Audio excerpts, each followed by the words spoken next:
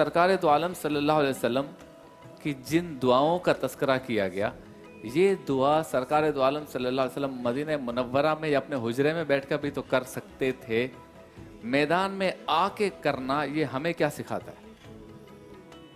दो बातें पहले नोट कर लीजिए।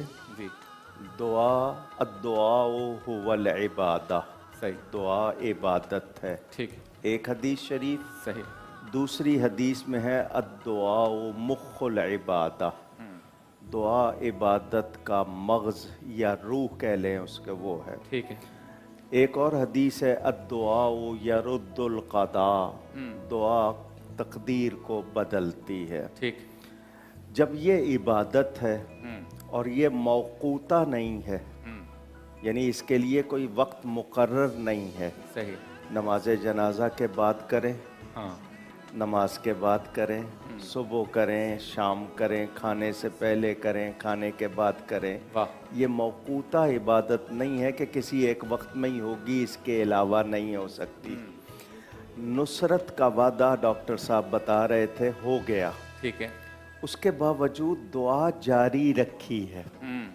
ये एक तालीम भी है, सही, और इसमें हालांकि अल्लाह ताला ने वादा फरमा लिया, हाँ, उसके बावजूद किस इल्हा और किस अंदाज में दुआ सारी रात हो रही है। हुजूर सल्लल्लाहु अलैहि वसल्लम का ये अमल हमें ये तालीम दे रहा है जी, कि दुआ का सिलसिला रुकना नहीं चाहिए। सही, बज़ाहिर असबाब हमें कैसे नज़र आ रहे हैं, भरोसा तो अल्लाह पर ही है। सही, छुरी में काटने की ताकत अल्लाह ने रखी है, वो सलब भी कर सकता है। हाँ, आग में जलाने की कुव्वत अल्लाह ने रखी है, वो उसको रोक भी सकता है। क्या बात, तो अल्लाह ताला पर यकीन भी रहे, और हम तकदीर में दखल नहीं दे रहे, हम इल्तिजा कर रहे हैं, सही, उस पर हमें सवाब भी मिल रहा है, हमारे लिए और ज़्यादा वो चीज़ मुक़द्दर हो सकती सही। है। अच्छा, अब इसी मामले या इसी फिक्र को मैं आज के दौर में ले आता हूँ अपनी ज़ात पर। ऑपरेशन थिएटर के अंदर ऑपरेशन हो रहा है किसी का भी, और बाहर रिश्तेदार दुआ कर रहे हैं कि अल्लाह हमारे मरीज़ को शिफा दे या इसकी जान बच जाए।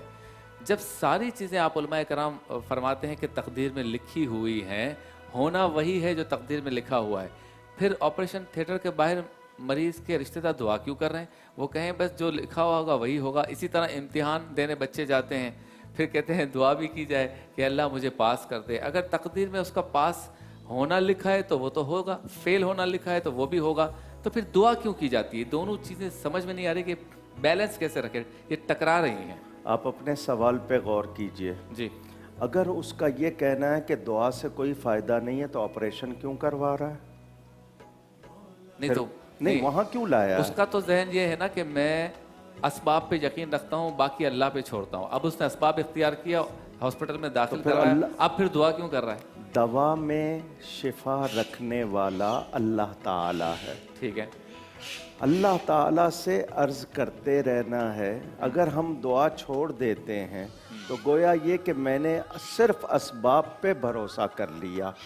अब तकदीर का जहाँ तक मामला है, आप या मैं, हम तकदीर का लिखा हुआ पढ़कर नहीं करते काम, हम अपने इरादा व इख्तियार से करते हैं। जो हमें मिला है, जितना भी मिला है, उसके मुताबिक करते हैं। अस्सायु मिन्ना वल इत्मामु मिनल्लाह, कि मेरा काम कोशिश करना है, पूरा करना अल्लाह का काम। तो मैं दुआ तो आखिरी वक्त तक भी नहीं छोड़ूंगा, भले डॉक्टरों ने जवाब दे दिया हो, क्योंकि मेरा रब ताला कादिर व कदीर है, बग़ैर असबाब के भी कर सकता है। हाँ, उस ऑपरेशन की कामयाबी, आपने कितने अच्छे डॉक्टर को चुना हो, कितना अच्छा इंजेक्शन लगवाया हो, आपने इम्तिहान में कितना ही अच्छा लिखा हो, लेकिन मेरा भरोसा उस पर नहीं है, मेरा भरोसा अल्लाह ताला पर है। हाँ, असबाब इख्तियार करना तवक्कुल और भरोसे के ख़िलाफ़ नहीं है, लेकिन उसी चीज़ पर भरोसा करना ये गलत है।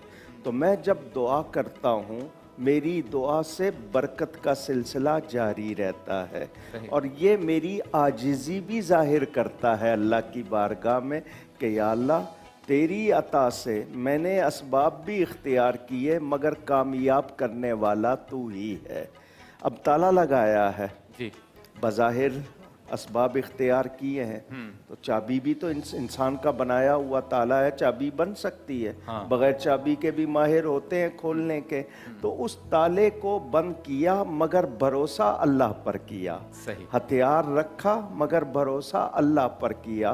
तो ये चीज़ कहना कि होना वही है, तो जब इस जो बंदा इस तरह की बात करेगा तो वो पहले ये बताए कि फिर वो असबाब क्यों इख्तियार कर रहा है, क्योंकि असबाब ने उसके लिए उम्मीद बंधाई।